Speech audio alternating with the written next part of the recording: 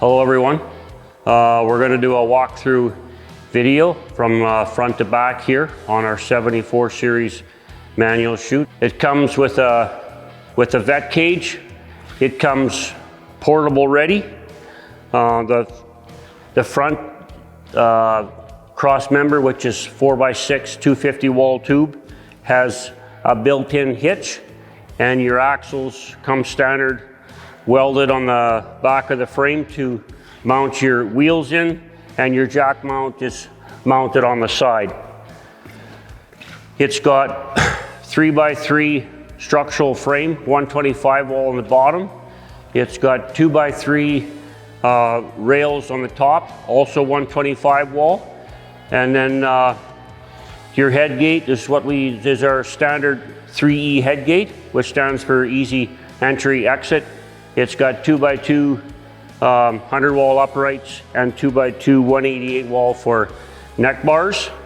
It's an auto adjusting head gate. So wherever you stop or wherever you let off that handle, it locks.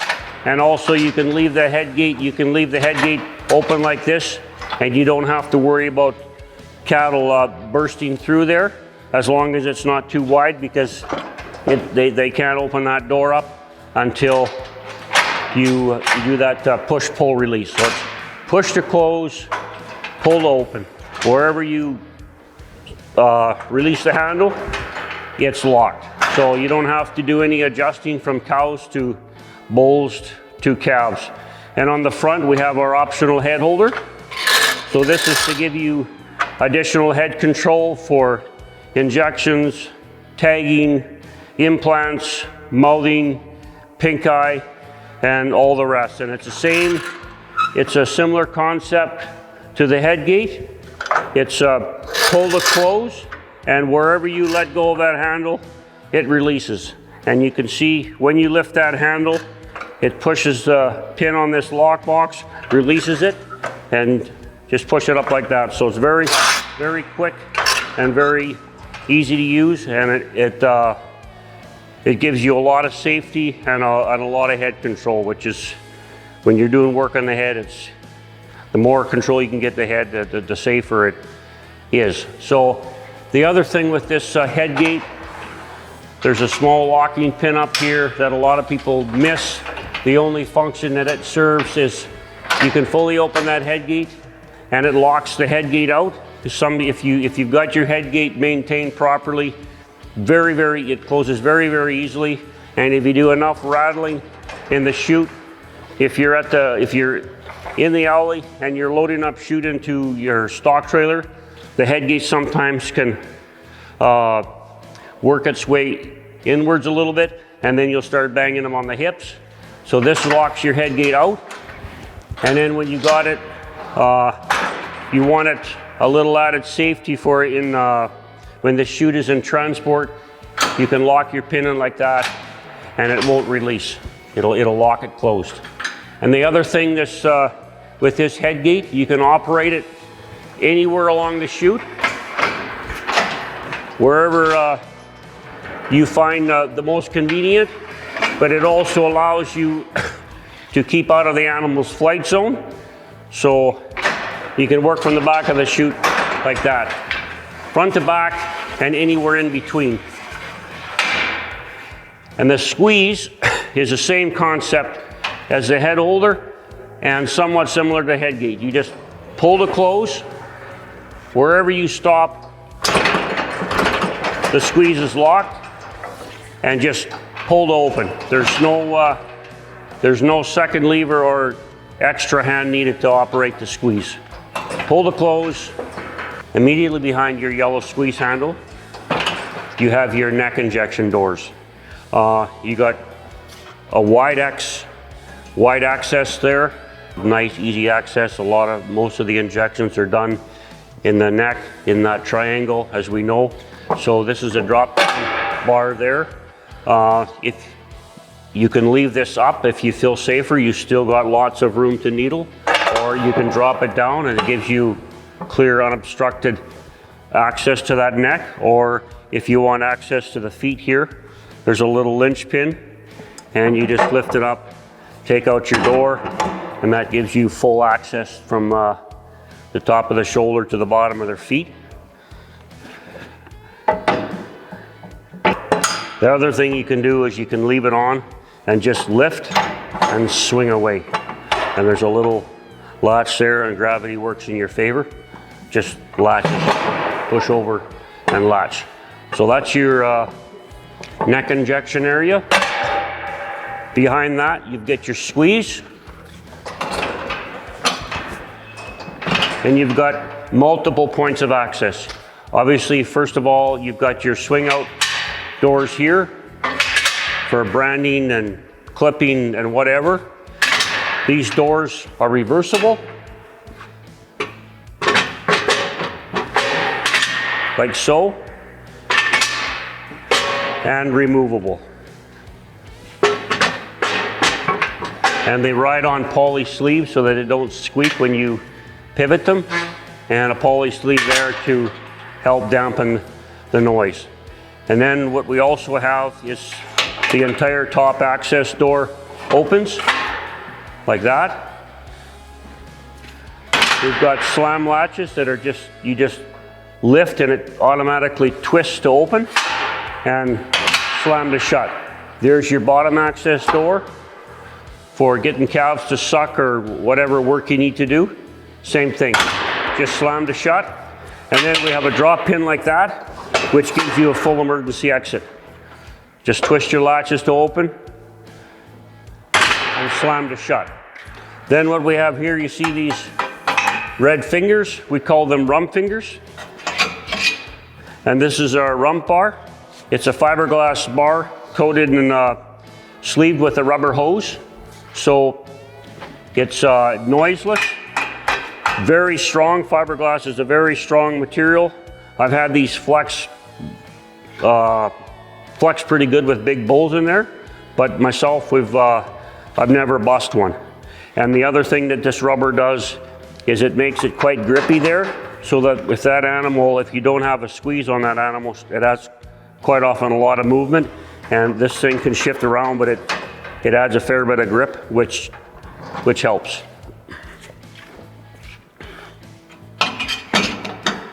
Then immediately at the back of the squeeze, you see these black shields here. All they are is like just a calf blockout.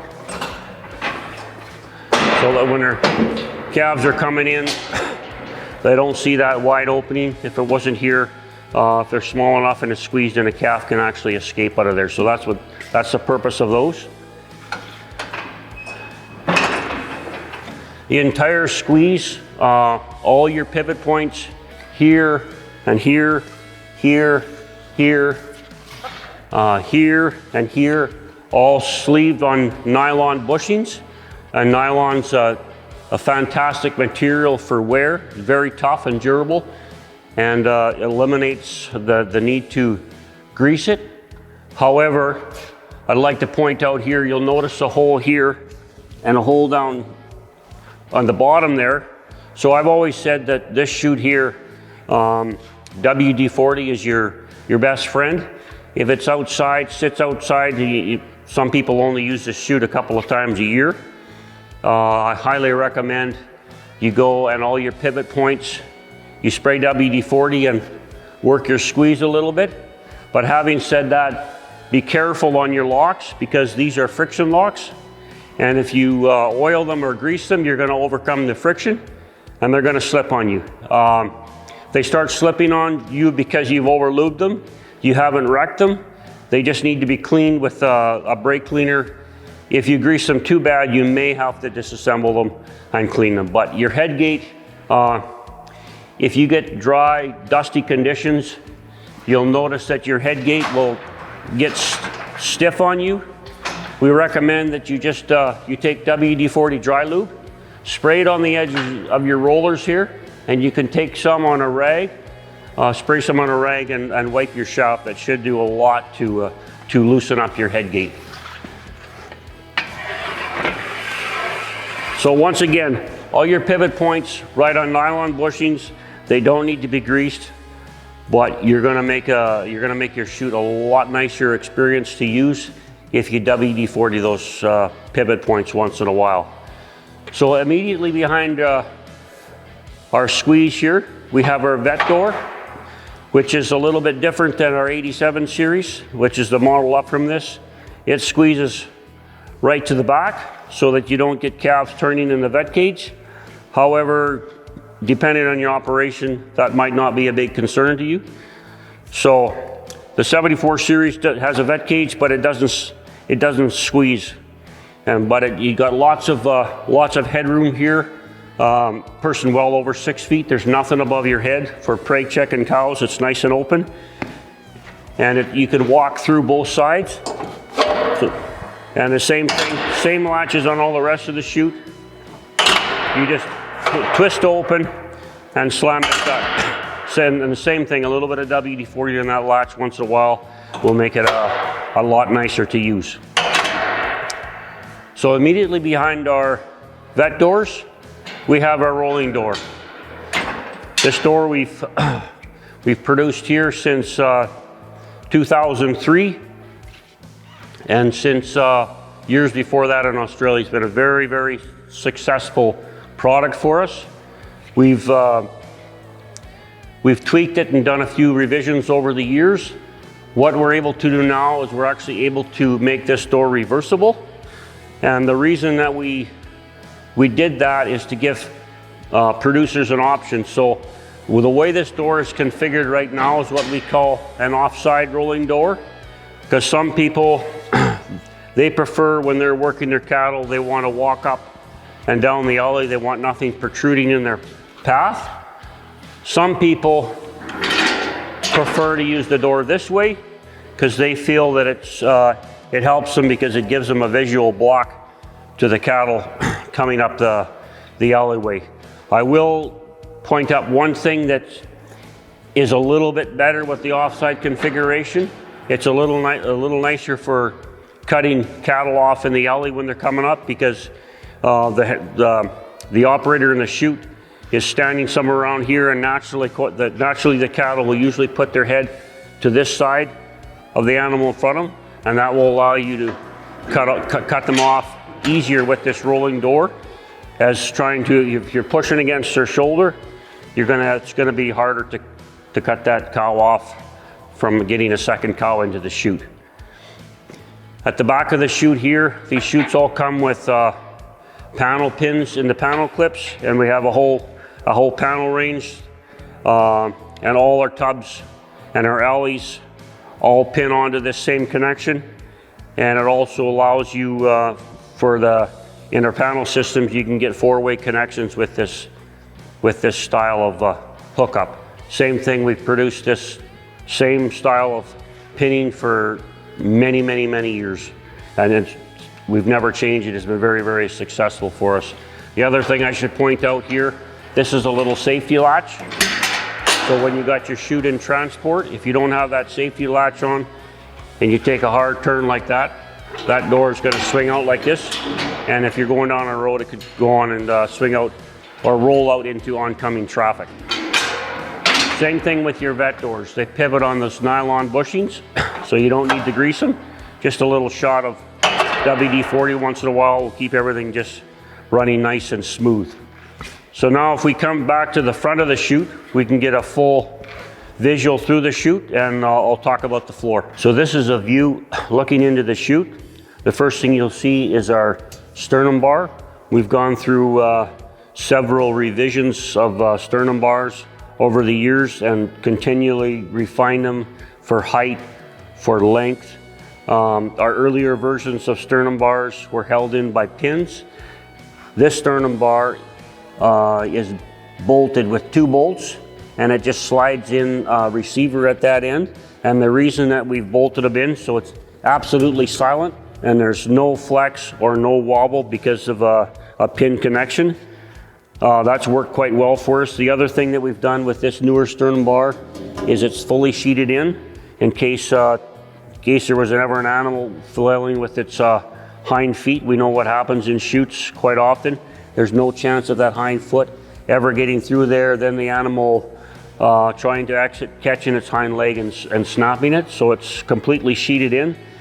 The other thing that we've done, which is new to our latest series of chutes, is we've gone to a full-length rubber floor. And that's something that's been very, very successful for us and very well received. When you go back to using the older series of chutes with the steel floor, the difference is, it's quite stark. It's basically silent, this rubber floor, very easy on their feet. It's always a concern, especially in feed yards, if an animal bruises the sole of its foot, it can lead to an abscess, which leads to lameness. So it's good footing and no sharp edges or anything that can bruise cattle's feet is important, and it can cost the producer money. Lameness can cost the producer a lot of money, which goes without saying. I'd like to point out the fact that this rubber floor is, this is our own mold. We put a lot of research into this rubber to get a product that's going to last. This is virgin rubber, it's not recycled rubber. And I've always said the difference between recycled rubber and virgin rubber is the difference between particle board and solid lumber. So this rubber it wears extremely well. We've had it on test in feedlots with thousands and thousands of head gone over it. And the only noticeable wears, you'll see some of these checker plate ribs will wear a little bit on top. It's been an exceptionally good floor for us. And it's just, it sits over top of pans. These pans are riveted in, and then there's gaps about approximately every 12 inches. And that's to allow any moisture or water to drain out. And then these, the rubber itself is fastened in with stainless steel huck rivets and a big washer to prevent it from pulling through the rubber. Well, thank you everyone for watching our walkthrough on our 74 series manual chute. We hope this was helpful, and hopefully we'll be talking soon.